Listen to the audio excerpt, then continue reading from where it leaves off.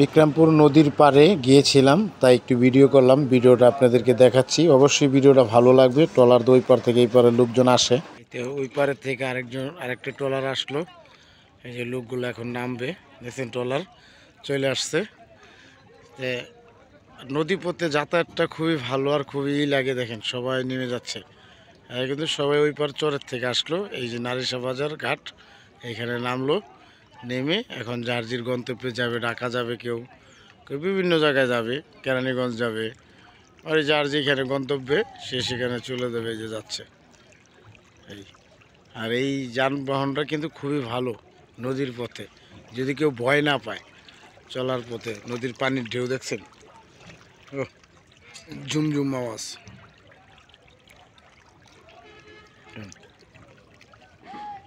নৌকায় পারে ভিড়ে গেল, আর মানুষগুলো নেমে জার্জির গন্তব্যে চলে যাচ্ছে।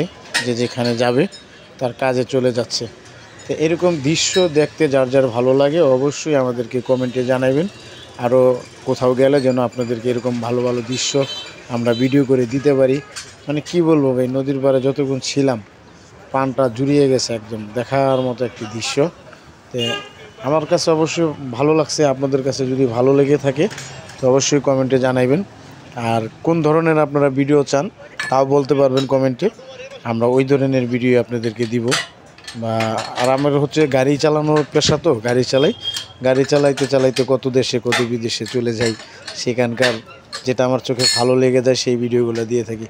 আমার ব্লগ ভিডিওগুলো এরকমই থাকে, মানে আমার ফেস থাকে না, দৃশ্যগুলাই থাকে বেশি। আপনারা ভালোবাসেন বিদায় আমার এই ভিডিওগুলো করা বা ভিডিওগুলো দেওয়া। দেখেন নদীর এই পার থেকে কিন্তু ওই পার দেখা যায় না। বেলা বাজে 10টা, কিন্তু কুয়াশা, অনেক কুয়াশা। 10টা 40 বাজে, অনেক কুয়াশা এখন ওই পারে। দেখেন এই যে শাক সবজি, মানে কি না আছে সব। এটা চর আছে ওই পারে, একটা চরের থেকে নিয়ে আসে আর এই পারে বাজারে বিক্রি করে। সবাই ভালো থাকবেন, সুস্থ থাকবেন, আল্লাহ হাফেজ।